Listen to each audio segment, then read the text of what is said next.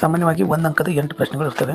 ನೋಡಿ, ಈ ಪ್ರತಿಯೊಂದು ಪ್ರಶ್ನೆ ಅಥವಾ ಅಪೂರ್ಣ ಹೇಳಿಕೆ 4 ಆಯ್ಕೆಗಳನ್ನು ನೀಡಲಾಗಿದೆ. ಅವುಗಳಲ್ಲಿ ಸೂಕ್ತವಾದ ಒಂದು ಉತ್ತರವನ್ನು ಆರಿಸಿ ಅದರ ಕ್ರಮಾಕ್ಷರದೊಡನೆ ಪೂರ್ಣ ಉತ್ತರವನ್ನು ಬರೆಯಿರಿ ಅಂತೇಳಿ. ನೋಡಿ, 1ನೇ ಪ್ರಶ್ನೆ ಮಲ್ಟಿಪಲ್ ಚಾಯ್ಸ್ ಕ್ವಶನ್ ಇದು. ವಿಶ್ವದ ಯಾವುದೇ ಶಕ್ತಿ ಬಣಕ್ಕೆ ಸೇರದ ನೀತಿ. ಅದೇ ರೀತಿ 2ನೇ ಪ್ರಶ್ನೆ, ತೋಟಗಾರಿಕೆ ಬೇಸಾಯದ ಪ್ರಗತಿ ಕರೆಯಲ್ಪಡುವುದು ಏನು? ಹಳದಿ ಕ್ರಾಂತಿನ, ಸುವರ್ಣ ಕ್ರಾಂತಿನ, ನೀಲಿ ಕ್ರಾಂತಿನ ಅಥವಾ ಕೆಂಪು ಕ್ರಾಂತಿನ ಅಂತ ಹೇಳ್ಬಿಟ್ಟು. 3ನೇ ಪ್ರಶ್ನೆ ನೋಡಿ, ಅದೇ ರೀತಿ ಮುಂಬೈಯನ್ನು ಭಾರತದ ಮ್ಯಾಜಿಸ್ಟ್ರೇಟ್ ಅಂತೇಳಿ ಕರೆಯೋದಕ್ಕೆ ಕಾರಣ ಏನು? 1ನೇ ಆಪ್ಷನ್ಸು, ಇದು ಭಾರತ ಅತಿ ಹೆಚ್ಚು ಹತ್ತಿ ಗಿರಣಿಗಳನ್ನು ಹೊಂದಿದೆ. ಇದು ಮಾಹಿತಿ ತಂತ್ರಜ್ಞಾನದ ಕೇಂದ್ರವಾಗಿದೆ. ಇದು ಸಕ್ಕರೆ ಕೈಗಾರಿಕೆಗೆ ಪ್ರಸಿದ್ಧವಾಗಿದೆ. ಇದು ಅಲ್ಯೂಮಿನಿಯಂ ಕೈಗಾರಿಕೆಗೆ ಪ್ರಸಿದ್ಧವಾಗಿದೆ. ಅದೇ ರೀತಿಯಾಗಿ 4ನೇ ಪ್ರಶ್ನೆ, ಇವುಗಳಲ್ಲಿ ಅಸಂಘಟಿತ ಕೆಲಸಗಾರರು ಏನು? ಮನೆ ಕೆಲಸಗಾರರ, ಪೊಲೀಸರು ಅಥವಾ ಬ್ಯಾಂಕ್ ನೌಕರರು ಅಥವಾ ವಿಮಾ ಕಂಪನಿ ನೌಕರರು ಅಂಥೇಳಿ. ನಂತರ 5ನೇ ಪ್ರಶ್ನೆ, ಮುಸ್ಲಿಮರಿಗೆ ಪ್ರತ್ಯೇಕ ರಾಜಕೀಯ ಪ್ರಾತಿನಿಧ್ಯ ನೀಡುವ ಪ್ರತ್ಯೇಕ ಚುನಾವಣಾ ಮತಗಟ್ಟೆ ವ್ಯವಸ್ಥೆಯನ್ನು ಜಾರಿಗೆ ತಂದದ್ದು ಯಾವಾಗ ಅಂಥೇಳಿ, ಯಾವ ಕಾಯ್ದೆ ಪ್ರಕಾರ ಅಂಥೇಳಿ. ಏನು 1833ರ ಚಾರ್ಟರ್ ಕಾಯ್ದೆ, 1892ರ ಭಾರತೀಯ ಪರಿಷತ್ ಕಾಯ್ದೆ, 1935ರ ಭಾರತ ಸರ್ಕಾರ ಕಾಯ್ದೆನ ಅಥವಾ 1909ರ ಭಾರತೀಯ ಪರಿಷತ್ ಕಾಯ್ದೆನ ಅಂತೇಳಿ. ಅದೇ ರೀತಿ 6ನೆಯ ಪ್ರಶ್ನೆ, ಇವುಗಳು ಯೋಜನೆಯೇತರ ವೆಚ್ಚವಾಗಿವೆ ಅಂತೇಳಿ ಕೇಳ್ತಾರೆ. ಅದರಲ್ಲಿ ಕೃಷಿ ವೆಚ್ಚನ, ಸಾರಿಗೆ ವೆಚ್ಚನ, ರಕ್ಷಣಾ ವೆಚ್ಚನ, ಶೈಕ್ಷಣಿಕ ವೆಚ್ಚನ ಅಂಥೇಳಿ. 7ನೇ ಪ್ರಶ್ನೆ, ಗ್ರಾಹಕರಿಗೆ ಪರಿಹಾರವು ರು 10 ಕೋಟಿಗಳಿಗಿಂತ ಹೆಚ್ಚಾದರೆ ದೂರನ್ನು ಸಲ್ಲಿಸಬೇಕಾದ ಗ್ರಾಹಕರ ಆಯೋಗ ಯಾವುದು ಅಂತೇಳಿ ಕೇಳ್ತಾ ಇದ್ದಾರೆ ಅವರು. ಅದಕ್ಕೆ ಮಲ್ಟಿಪಲ್ ಚಾಯ್ಸ್ ಕ್ವಶನ್ನಲ್ಲಿ 4 ಆಪ್ಷನ್ಸಲ್ಲಿ ಜಿಲ್ಲಾ ಆಯೋಗನ, ರಾಜ್ಯ ಆಯೋಗನ, ತಾಲೂಕು ಆಯೋಗನ, ರಾಷ್ಟ್ರೀಯ ಆಯೋಗನ ಅಂಥೇಳಿ. ಆಮೇಲೆ 8ನೇ ಪ್ರಶ್ನೆ, ಮಹದ್ಕೆರೆ ಮತ್ತು ಕಾಲಂ ಚಳುವಳಿಗಳನ್ನು ಡಾಕ್ಟರ್ ಬಿ ಆರ್ ಅಂಬೇಡ್ಕರ್ ಅವರು ರೂಪಿಸಿದರು. ಕೆಳಗಡೆ ಆಪ್ಷನ್ಸ್ ಏನಿದೆ? ಅಸ್ಪೃಶ್ಯರು ಕನಿಷ್ಠ ಮಟ್ಟದ ಅವಕಾಶಗಳಿಂದ ವಂಚಿತರಾಗಿರುವುದನ್ನು ನಿರೂಪಿಸಲು. 2ನೇದು, ಕೃಷಿ ಕಾರ್ಮಿಕರ ಏಳಿಗೆಗೆ ದುಡಿಯಲು. 3ನೇದು, ಅಸ್ಪೃಶ್ಯರಿಗೆ ಪ್ರತ್ಯೇಕ ಮತಕ್ಷೇತ್ರಗಳ ಬೇಡಿಕೆ ನೀಡಲು. 4ನೇದು, ಪ್ರಬುದ್ಧ ಭಾರತ ಮತ್ತು ಮೂಕನಾಯಕ ಪತ್ರಿಕೆಗಳನ್ನು ಹೊರಡಿಸುವುದಕ್ಕಂತೇಳಿ. ಒಟ್ಟು 8 ಅಂಕಗಳು. ಎಷ್ಟು? 1 ಮಾರ್ಕ್ಸಿಗೆ. ಟೋಟಲಾಗಿ ಎಷ್ಟು ಅಂಕಗಳು ಸಿಗ್ತವೆ ನಿಮಗೆ? ನೇರವಾಗಿ 8 ಅಂಕಗಳು. ಇದರಲ್ಲಿ ಯಾವುದೇ ರೀತಿಯಾಗಿ 1 ಮಾರ್ಕ್ಸ್ ಕೂಡ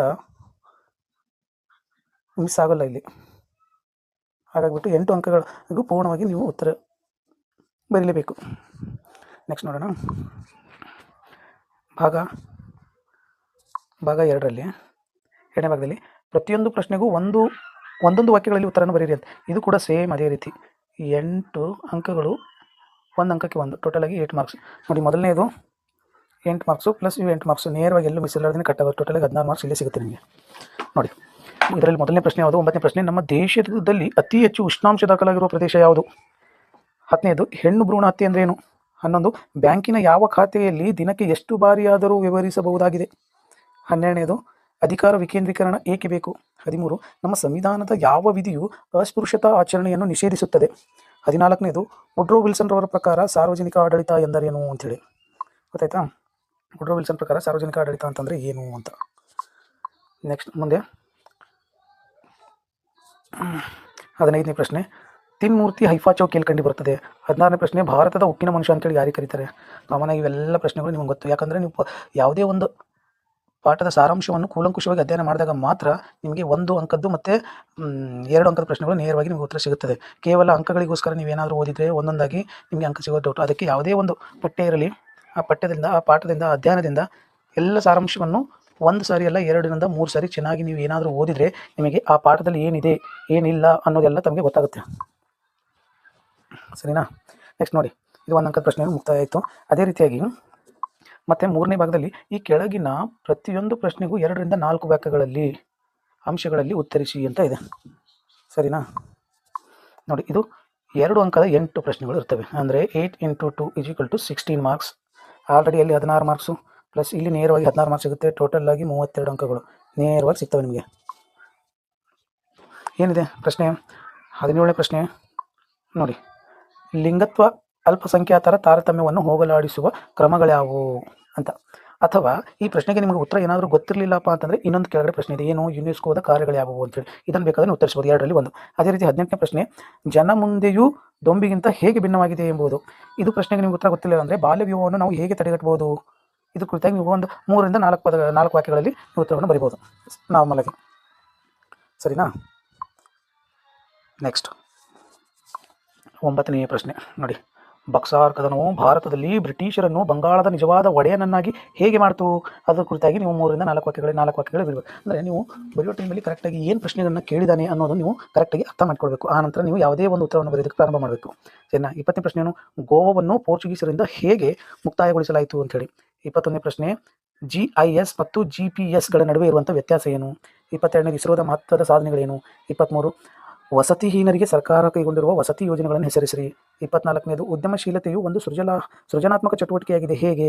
ಹೀಗೆ 8 ಪ್ರಶ್ನೆಗಳು ಇರ್ತವೆ. ನೀವು 8 ಪ್ರಶ್ನೆಗೆ 8ಕ್ಕೆ 8 ಉತ್ತರ ಕೊಟ್ಟರೆ ನೀವು 8 × 2 ಅಂಕದ ಪ್ರಶ್ನೆ 16 ಅಂಕಗಳಲ್ಲಿ ನೇರವಾಗಿ ಪಡ್ಕೊಳ್ಬೋದು. ಇದರಲ್ಲಿ ಯಾವುದೇ ಮಿಸ್ ಇಲ್ಲದ್ರೆ ಅಂಕಗಳು ಸಿಗೋ ಚಾನ್ಸಸ್ ಜಾಸ್ತಿ ಇರುತ್ತೆ. ಸರಿನಾ? ನೆಕ್ಸ್ಟ್ ನೋಡೋಣ. 4ನೇ ಭಾಗದಲ್ಲಿ ಪ್ರತಿಯೊಂದು ಪ್ರಶ್ನೆಗೂ 6 ವಾಕ್ಯಗಳಲ್ಲಿ ಅಥವಾ ಅಂಶಗಳಲ್ಲಿ ಉತ್ತರಿಸಿ. ಅಂದರೆ 9 × 3 27 ಅಂದರೆ 3 ಅಂಕದ 9 ಪ್ರಶ್ನೆಗಳಿದ್ದಾವೆ. 3 ಅಂಕದ ಎಷ್ಟಿದೆ? 9 ಪ್ರಶ್ನೆಗಳಿದ್ದಾವೆ 3 ಅಂಕದ. ಮೊದಲನೇದು ಏನಿದೆ ಪ್ರಶ್ನೆ ನೋಡಿ. ಮೊದಲನೇ ಪ್ರಶ್ನೆ, ಸ್ವಾಮಿ ದಯಾನಂದ ಸರಸ್ವತಿಯವರ ಸಾಮಾಜಿಕ ಸಾಧನೆಗಳನ್ನು ವಿವರಿಸಿ. ಇದು ನಿಮ್ಗೆ ಏನಾದರೂ ಗೊತ್ತಿರಲಿಲ್ಲ ಅಂದರೆ ಸಹಾಯಕ ಸೈನ್ಯ ಪದ್ಧತಿಯ ನಿಬಂಧನೆಗಳನ್ನು ವಿವರಿಸಿ ಅಂತೇಳಿ ಕೂಡ ಬರಿಬೋದು ನೀವು. ನಂತರ ಅದೇ ರೀತಿ ಮುಂದುವರೆದು ನೀವು 26ನೇ ಪ್ರಶ್ನೆ, ಅರಣ್ಯಗಳು ಬಹು ಉಪಯುಕ್ತವಾದ ಸಂಪನ್ಮೂಲಗಳಾಗಿವೆ ಸಮರ್ಥಿಸಿ ಅಂತೇಳಿ ಕೇಳಿದ್ದಾರೆ.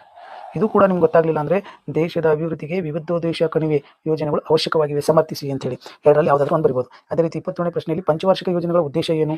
ಇದು ಗೊತ್ತಿಲ್ಲ ಅಂತಂತಂದರೆ ಕೇಂದ್ರ ಸರ್ಕಾರ ತೆರಿಗೆಯೇತರ ಆದಾಯದ ಮೂಲಗಳು ಯಾವ್ಯಾವು. 28ನೇ ಪ್ರಶ್ನೆ, ಬ್ಯಾಂಕಿನ ಕಾರ್ಯಗಳಾವು. ಗೊತ್ತಾಗಲಿಲ್ಲ ಅಂತಂತಂದರೆ ಗ್ರಾಹಕರ ನ್ಯಾಯಾಲಯಕ್ಕೆ ಸಲ್ಲಿಸಿರುವ ದೂರಿನಲ್ಲಿ ಇರಬೇಕಾದ ಮಾಹಿತಿ ಏನು. 29ನೇದು ಎರಡನೇ ಮಹಾಯುದ್ಧದ ಪರಿಣಾಮ ಏನು. 30ನೇದು ಬ್ರಿಟಿಷರು ಭೂಕಂದಾಯ ನೀತಿಯು ಭಾರತೀಯ ರೈತರನ್ನು ಹೇಗೆ ಸೂಚಿಸಿತು ಅನ್ನೋದು ಕುರಿತಾಗೆಲ್ಲ ಕೂಡ ನೀವು ಇಲ್ಲಿ ಬರಿಬೋದು ತಿಳ್ಕೊಂಡು. ನೆಕ್ಸ್ಟ್ ನೋಡೋಣ.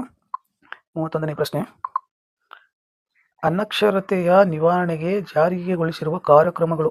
ಅನಕ್ಷರತೆ ನಿವಾರಣೆ ಮಾಡೋದಕ್ಕಾಗಿ ಕೈಗೊಂಡಿರ್ತಕ್ಕಂಥ ಕಾರ್ಯಕ್ರಮಗಳು ಯಾವ್ಯಾವು ಅಂತೇಳಿ. ಆಮೇಲೆ ಬಾಲಕಾರ್ಮಿಕರ ಸಮಸ್ಯೆಯಿಂದಾಗುವಂಥ ಪರಿಣಾಮ ಏನು. ಆಮೇಲೆ ಮಣ್ಣಿನ ಸವೆತವನ್ನು ಹೇಗೆ ತಡೆಗಟ್ಟಬಹುದು ಅನ್ನೋದು ಕುರಿತಾಗಿ ಕೂಡ ನೀವು ಇಲ್ಲಿ ಅಧ್ಯಯನ ಮಾಡಿ ಕೂಲಂಕುಷವಾಗಿ ಉತ್ತರಗಳನ್ನು ಬರಿಬೋದು. ಅದೇ ರೀತಿ 5ನೇ ಪ್ರಶ್ನೆ, 5ನೇ ಭಾಗದಲ್ಲಿ ಈ ಪ್ರತಿಯೊಂದು ಪ್ರಶ್ನೆಗೂ 8 ವಾಕ್ಯಗಳಲ್ಲಿ ಅಥವಾ ಅಂಶಗಳಲ್ಲಿ ಉತ್ತರಿಸಿ ಅಂತೇಳಿ ಉತ್ತರಿದ್ದಾರೆ. ಏನಂತ? 4 × 4 = 6 ಅಂದರೆ 4 ಅಂಕದ ಪ್ರಶ್ನೆ 16 ಅಂಕಕ್ಕೆ. 34ನೇದು, ನಾಲ್ವಡಿ ಕೃಷ್ಣರಾಜ ಒಡೆಯರ ಸಾಧನೆಯನ್ನು ವಿವರಿಸಿ. ಇದು ಬರಲಿಲ್ಲ ಅಂದರೆ ಭಾರತದ ಪ್ರಥಮ ಸ್ವಾತಂತ್ರ್ಯ ಸಂಗ್ರಾಮದ ವಿಫಲತೆಗೆ ಕಾರಣ ಏನು. ಇದು ಬರೀರಿ. ಅಥವಾ ಇದು ಗೊತ್ತಿಲ್ಲ ಅಂದರೆ ಇದು ಬರೀರಿ. ಎರಡರಲ್ಲಿ ಒಂದಂತೂ ಗೊತ್ತೇ ಇರುತ್ತೆ. 35ನೇ ಪ್ರಶ್ನೆ, ಭಾರತದ ಸ್ವಾತಂತ್ರ್ಯ ಹೋರಾಟದಲ್ಲಿ ಸುಭಾಷ್ ಚಂದ್ರ ಬೋಸ್ರವರ ಪಾತ್ರವು ಒಂದು ದಿಟ್ಟ ಮೈಲಿಗಲ್ಲಾಗಿದೆ ಸಮರ್ಥಿಸಿ ಅಂತೇಳಿ ಕೇಳಿದ್ದಾರೆ. ಅದರ ಬಗ್ಗೆ ಕೂಡ ನೀವು ಬರಿಬೋದು ಇದ್ರ ಬಗ್ಗೆ. ಅದೇ ರೀತಿ 36ನೇದು ವಿಶ್ವಸಂಸ್ಥೆಯ ಸಾಧನೆ ಕುರಿತು ಬರಿಬೋದು. ಇದಂತೂ ಈಸಿಯಾಗಿ ಎಲ್ಲರೂ ಪ್ರಯತ್ನ ಪಟ್ಟಿರ್ತೀರ ಬರೆಯೋದಕ್ಕೆ, ಇದೆಲ್ಲರೂ ಬರಿಬೋದು. ಅದೇ ರೀತಿ 37ನೇ ಪ್ರಶ್ನೆ, ಪ್ರವಾಹಗಳಿಗೆ ಕಾರಣಗಳನ್ನು ವಿವರಿಸಿ. ಸರಿನಾ?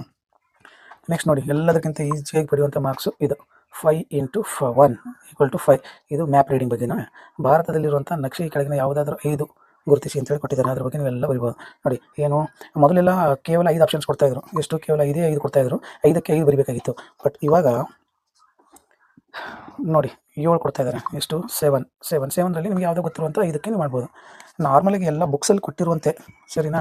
ಬುಕ್ಸಲ್ಲಿ ಕೊಟ್ಟಿದ್ದಾರೆ. ಯುರೋಪಿಯನ್ನರ ಆಗಮನದ ಹಿಡ್ಕೊಂಡು ಆಮೇಲೆ ನದಿ ವ್ಯವಸ್ಥೆಗಳ ಕುರಿತಾಗಿ ಏನಿದೆ ಜಲಸಂಪನ್ಮೂಲ, ಅಲ್ಲಿ ಎಲ್ಲ ಮ್ಯಾಪ್ ಇದೆಯಲ್ಲ, ಆ ಮ್ಯಾಪ್ಗಳನ್ನು ನೀವು ನೋಡಿಕೊಂಡ್ರೆ ಕೋರಮಂಡಲ ತೀರನೂ ಗೊತ್ತಾಗುತ್ತೆ, 82.5° ಪೂರ್ವ ರೇಖಾಂಶನೂ ಗೊತ್ತಾಗುತ್ತೆ, ಹೀರಾಕುಂಡ್ ಯೋಜನೆ ಬಗ್ಗೆನೂ ಗೊತ್ತಾಗುತ್ತೆ, ರಾಮ್ ಪ್ರತಾಪ್ ಸಾಗರ, ನರ್ಮದಾ ನದಿ ವ್ಯವಸ್ಥೆ ಬಗ್ಗೆ, ಕನ್ಯಾಕುಮಾರಿ ಎಲ್ಲಿ ಬರುತ್ತೆ, ವಿಶಾಖಪಟ್ಟಣ ಎಲ್ಲಿ ಬರುತ್ತೆ ಅಂತ ಎಲ್ಲದ ಕುರಿತಾಗಿ ಎಲ್ಲರೂ ನೋಡ್ಬೋದು.